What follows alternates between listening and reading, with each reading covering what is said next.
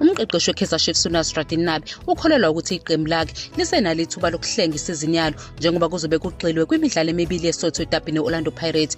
I-Chiefs izobhekana ne-Pirates okokuqala emidlalweni we-Betway Premiership e-FNB Stadium ngomgqibelo bese kulandela ukuhlangana kwamanqamu e-Nedbank Cup e-Moses Mabhida Stadium eThekwini ngempelasonto elandelayo. Yize isizini enzima, i-Chiefs ihluleka u-11 kweye-league. UNabi usenalo ithemba njengamanje leli qembu lisendaweni esishagalolunye ku-league kanti lisengcupheni yokuphuthelwa yi-M10-8 isizini yesibili ilandelana.